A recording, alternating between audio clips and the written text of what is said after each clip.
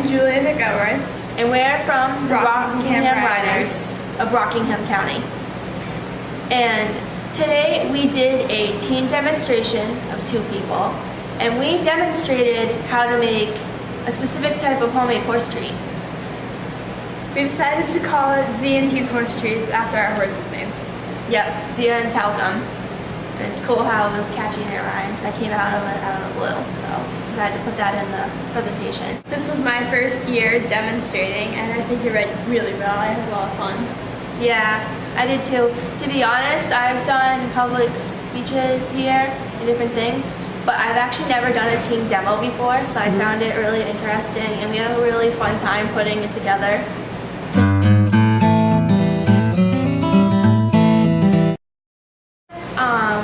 You have to, well, you know, make posters and stuff for different things, and she found the recipe through a magazine, correct? Young Rider.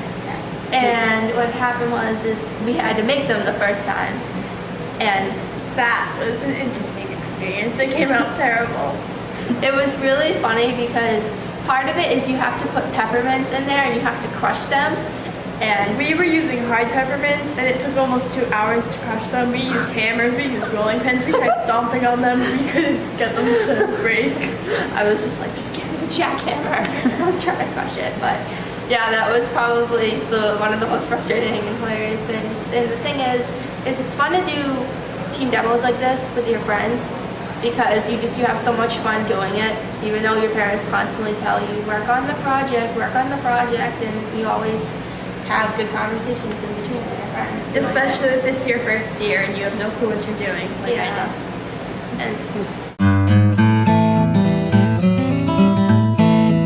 one thing to do is you want to make sure when you're doing these presentations after making the posters and reciting, you want to make sure that you never look at the poster board for information because they actually deduct points on that. So always smile and make eye contact with the judges. And everyone else around the room. Never forget to repeat the question. They take off points for that too. It's also good to watch the people who demonstrate ahead of you so you know what kind of questions to expect from the judges. It's a lot of fun doing these type of events, and plus when you're in a horse club like us, if you do a horse demonstration or a horse speech or anything, you actually, if you win, like the top one, you get to go to Kentucky.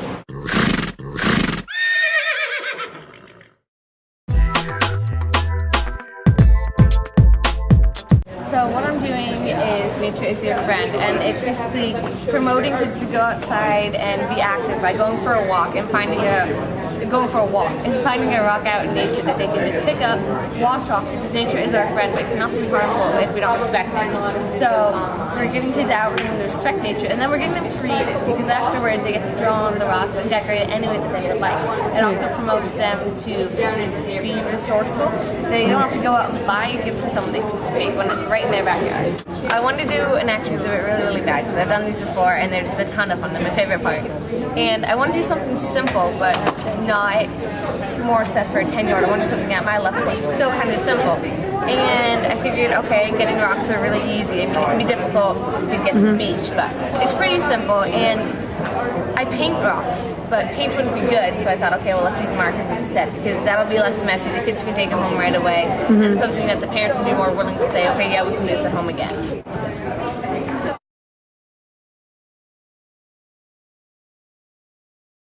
I've been doing origami for quite a few years, since I was very young.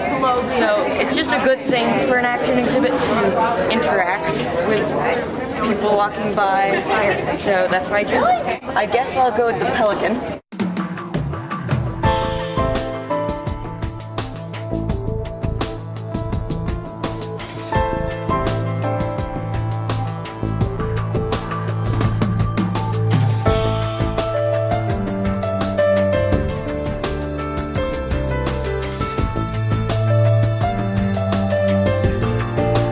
And there's your pelican.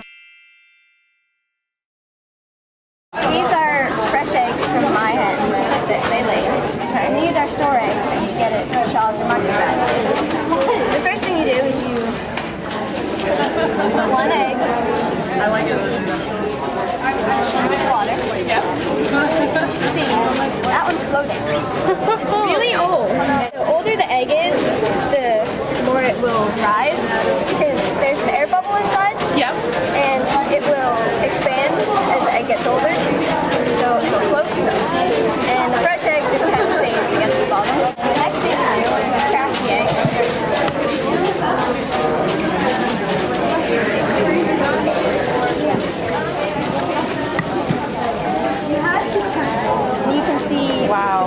different. And it also, this is much brighter color.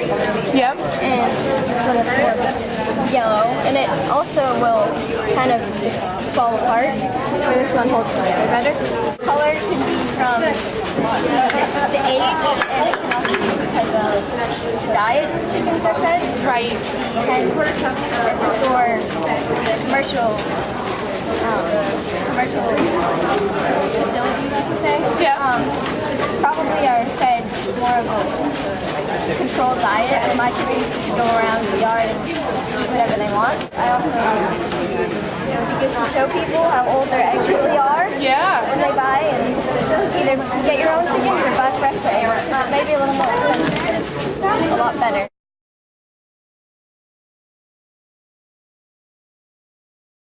I'm going to be demonstrating or talking about a form of martial arts called Kempo Jiu-Jitsu, which are kind of related to 4-H. It helps you clear your mind, it helps your heart rate be stronger, and it also builds confidence in yourself. This is use the cali stick. You raise it up, down, and you have to make sure that you got in your finger. And there's different forms and how you can do that. Here is the beginning stage, but then you move down. You can even on your back. And another tricky thing is that we'll actually go in circles by hitting each other's stick. Here are the nunchucks, which I hope they will be clear. Most of the employees are just made for like whacking them, like left competition. Most of them go back 5 times. The stats. Put it over the shoulder and just do that a couple times so we can still grab it. And then we will go around the hips. And then we go down and up.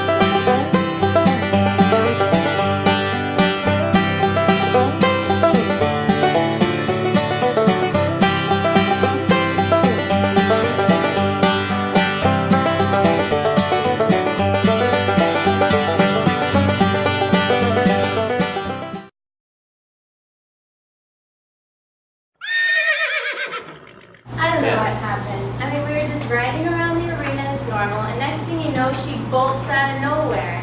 Probably it was just one of those horse-eating classic bags again. I just wish there was some way that I could know what was going to happen next. Wait, there is a way? Good morning, my name is Emily Hayes. I'm 16 years old, and I'm from Rockingham County, and today I'll be talking about how to crack the code on understanding your horse's mannerisms. So today we're going to talk about the 4 different personalities, how you can detect them in your horse, and how you can work with these sometimes negative quirks and make them into positive attributes to better mesh with your horse. This is the chart that is used to classify your personality. It's separated into 4 different quadrants. And on the left you have the left brain, which is characterized as being very dominant and pushy. And on the right you have the emotional side, which is being very fearful and nervous. And then further you have it broken up into extrovert and introvert. The extroverts have more go and more of a tendency to run in stressful situations. And the introverts have more woe and more of a tendency to stop. Your horse can be, across the board, have mild cases of one part and more extreme cases of others, but in all, your horse is going to be one of the 4 personalities. So the first horse we're going to talk about today is the left brain extrovert. This horse is very playful and energetic and has all that energy of the extrovert, but the dominance of the left brain, so you get a pushy, mouthy horse. And the problem with this horse is that it says, you're not the boss of me, and it pushes you to your limits. But some of the positive attributes is that it is a fast learner, smart, and a good worker, and very playful. So you can work with this by incorporating some of that play, speeding it up and using that energy that they have to get him more interested in what you're doing. And in lessons, it would be good to let him take control some of the times, to let him have some fun without losing all control, and then you'll get a more obedient horse. This is a video of a woman playing with a left brain extrovert with a tart, and I would suggest if you wanted to see if your horse was a left brain extrovert that he wouldn't be so vulnerable in a field like this, because it could be very dangerous, but maybe just putting a ball in your paddock to see if the horse is interested. Next we have the left brain introvert. This is your typical school horse, the defiant, food-oriented horse that you can put that little pin on it and he's not going to go anywhere. He's characterized as being very non-responsive and stubborn, but the positive thing is that he is bomb-proof, calm and dependable, but he complains, what's in it for me? So to work with it better, give him some purpose, some reason for doing this. One of the horses that I ride at my barn, in lessons, hates just cantering around in a circle, but once we play penning with cows, he amps up his energy and really goes full force at the cows, and that's how he really, his purpose for moving. And reverse psychology also works with him very well. Getting him to think that I don't want energy, he in turn gives me that energy, so we kind of both get what we want. And also, of course, incentive like treats, and then you'll get a more motivated horse. This is a video of a very stubborn left brain introvert, and as you can tell, the rider only wants her horse to go forward, but he's doing anything else to get him to, the horse is doing anything else. So on the other side, we have the right brain. So we have, starting with the right brain extrovert. This is your typical off-the-track thoroughbred. This horse is emotional and has a lot of energy, so you're going to have to work with slowing it down. It's characterized as being very crazy and fearful, impulsive, and spooky. However, positively, they have all that energy, so they're very athletic and good with endurance sports. You can work with it by adding in some retreat, interrupting the pattern, and getting them to focus more on you than whatever's scaring them. One of the other horses that I ride at my barn is definitely a right brain extrovert, and every time we ride by one of the doors in the indoor, she swoops out. So we're reiners, so every time she goes by there, I put her in a quick spin and then walk her out in another quick spin, just randomly throughout the arena, so she gets more focused on where her feet are going and not falling over, and less focused on whatever was scaring her out there. And then she'll be more focused on me and be calmer. These are a couple of right brain extroverts, and they are very known for rearing, that's one of their things, and bolting, and not really caring about where they're going, just as long as they can get away. Finally, we have the right brain introvert.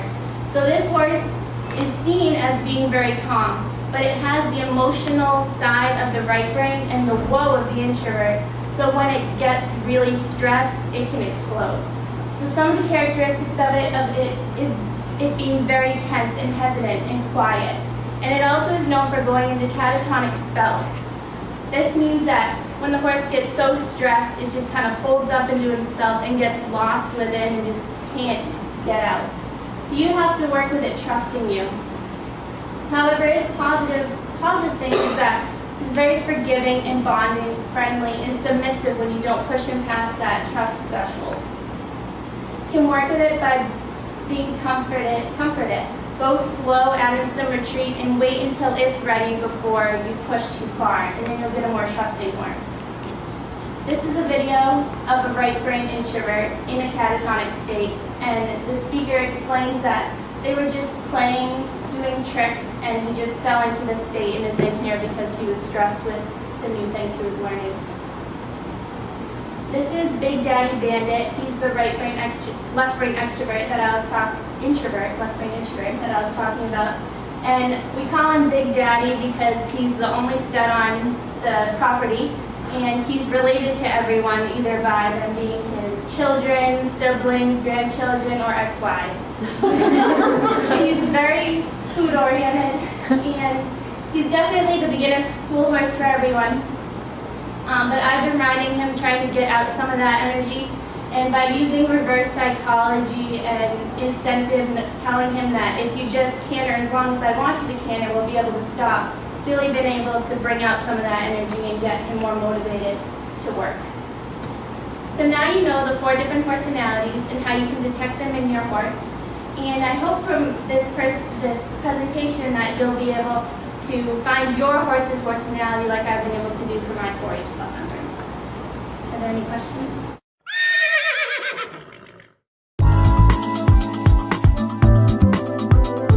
Now we have Anna Haber.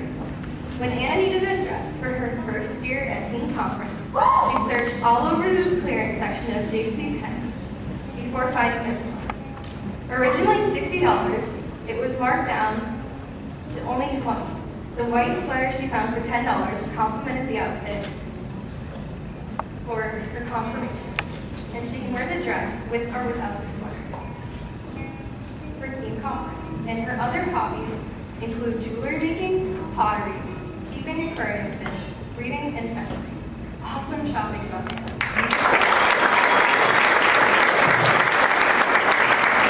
Now we have Reba Lynn of Rockingham County. Reba Lynn has always loved antique stores, but when she stopped at one recently, she found something better than she expected. Tucked as away in the back of the racks was one of the most beautiful dresses she had ever seen. When the dress fit perfectly, she knew it was made for her. The corset-style bodice fits it as it was made for her, and the sparkly blended perfectly with her personality.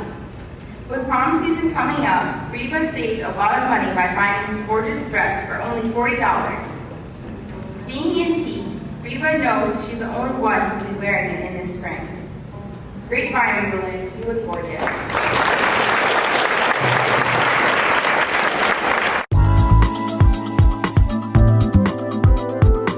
Up now is 15-year-old Katharina Vogel for Brayton Red Tails 4-H Club. This year, Katharina is here to show off her new sewing project entry from the Fashion Review. The fabric she used was donated for the Rockingham County 4-H Club, and Judy Cogger helped her create this stunning skirt. Although it was hard to create, she didn't think she'd get it done. When Katharina finally finished it at 10 p.m., she was ecstatic. This skirt features a zipper and kick lead along with a different waistband. Although the majority of Katharina's hobbies involve very actively dancing and playing sports, she also enjoys more business-oriented events, which her skirt would be perfect. Congratulations for your first year of participation.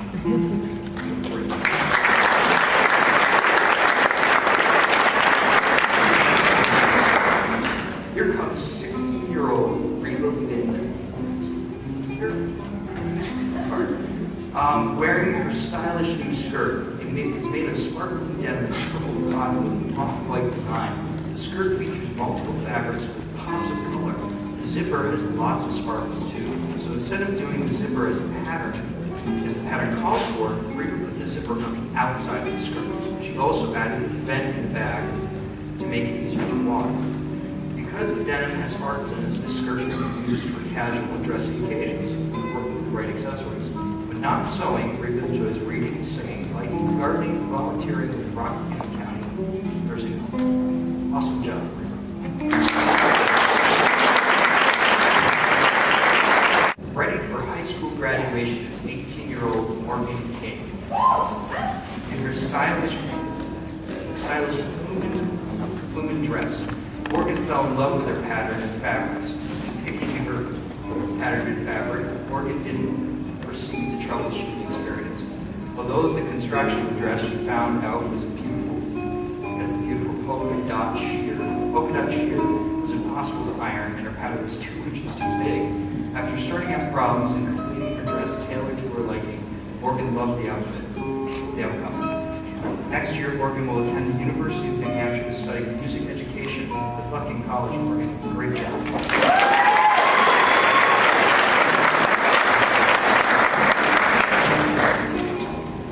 Welcome Colleen McCormick to our stage. She is ready for her next great adventure as Colleen is graduating from Epping High School next month. This 18-year-old is modeling the dress for her high school graduation ceremony. The fabric pattern and simplicity of the dress are what attracted Colleen to this design. Thinking of the summer heat, Colleen altered the back of the dress to become a scoop neck. Colleen says the pleats were the hardest to tackle, but the gold button accents are her favorite part. Colleen wants to thank Elaine Lamoth for all of her help with completing the dress. Colleen will continue her education as a member of the Thomas College's class of 2017, majoring in elementary